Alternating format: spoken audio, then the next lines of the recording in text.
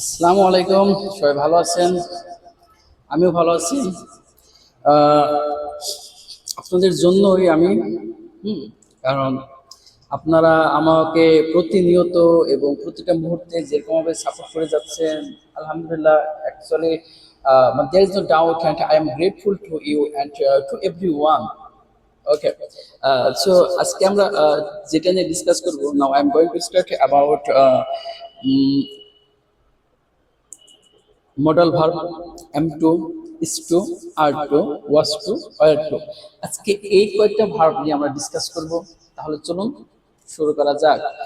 আজকে আমরা M2, am, is, are, was, were, আমরা জানি এগুলো হচ্ছে সাধারণত টু বি ভার্বের ভিতরে বিদ্যমান।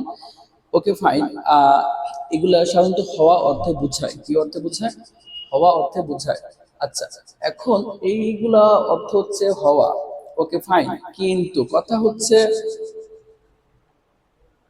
হওয়া অর্থে যে ব্যবহার করি আমরা, কিন্তু এইখানে যেটা করতে হবে, সবসময় কি হওয়া অর্থে ব্যবহার করা হয়? আই এম স্টুডেন্ট, ঠিক আছে, বা আমি স্কুলে যাই, আই গো টু স্কুল, ঠিক আছে, ওকে, ফাইন। আমি যখন ছাত্র ছিলাম, আই ওয়াজ স্টুডেন্ট, ঠিক আছে। কিন্তু আমাকে স্কুলে যেতে হয়, আমাকে ভাত খেতে হয়, আমাকে ঘুমাতে হয়, আমাকে পড়তে হয়, আমাকে বাজারে যেতে হয়।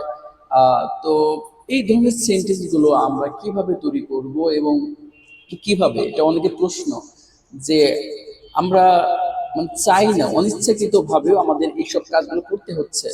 তো এই ধরনের সেন্টেন্স আমরা কিভাবে তৈরি করে থাকবো?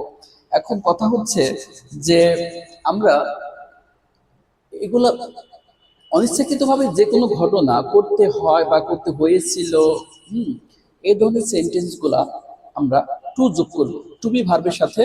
আবার বলে দিচ্ছি, টু বি ভার্বের সাথে আমরা হচ্ছে টু যোগ করলে এটা একদম ক্লিয়ার হয়ে যাবে। আশা করি বুঝতে পারছেন বিষয়টা। যেমন আমাকে স্কুলে যেতে হয়, I am to go to school, I am to go to school. এখন গোর আগে পিছে দুইটা টু আছে। গোর আগে যে টু আছে সেটা হচ্ছে যেতে অর্থে ব্যবহার করা হয়েছে অনিচ্ছাকৃত ভাবে। আর বইয়ের পরে যে টু আছে এটা একটা দিক বোঝানো হয়েছে। কোথায়? যে কোনো একটা দিক, স্কুল। তাহলে I am to go to school, আমাকে স্কুলে যেতে হয়, আমাকে ঘুমাতে হয়। I am to sleep every single day, আমাকে প্রত্যেক দিন ঘুমাতে হয়। আমাকে ভাত খেতে হয়, I am to eat rice, আমাকে প্রতিদিন ভাত খেতে হয়, ঠিক আছে। তাহলে আমাকে বাজারে যেতে হয়, I am to go two বাজার।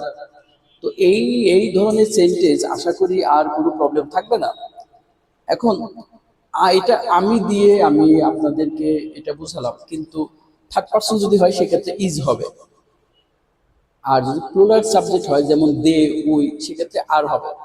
এখন পাস্ট টেন্সে আমাকে করতে হয়েছিল, অনেক আগে আমাকে করতে হয়েছিল, এই ধরনের সেন্টেন্স আমরা কিভাবে তৈরি করব? অনিচ্ছাকৃত ভাবে। তাহলে ওয়াজ টু অথবা ওয়ার টু, এই ওয়াজ অথবা ওয়ার এই দুইটার পরে টু যোগ করে দিলেই হয়ে যাচ্ছে। ওকে, তাহলে আমরা এখন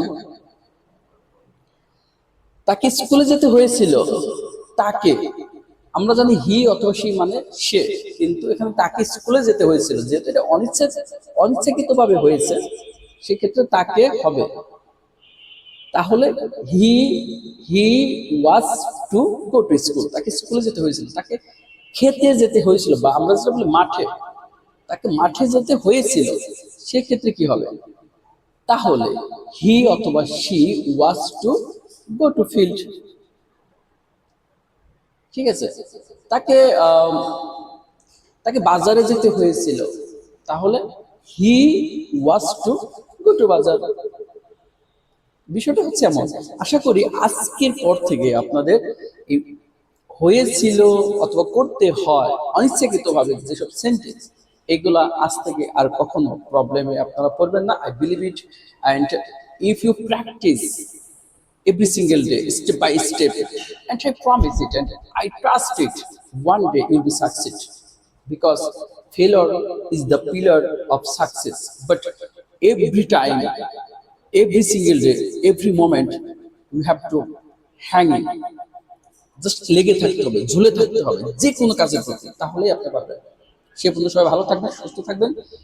আসসালামু আলাইকুম।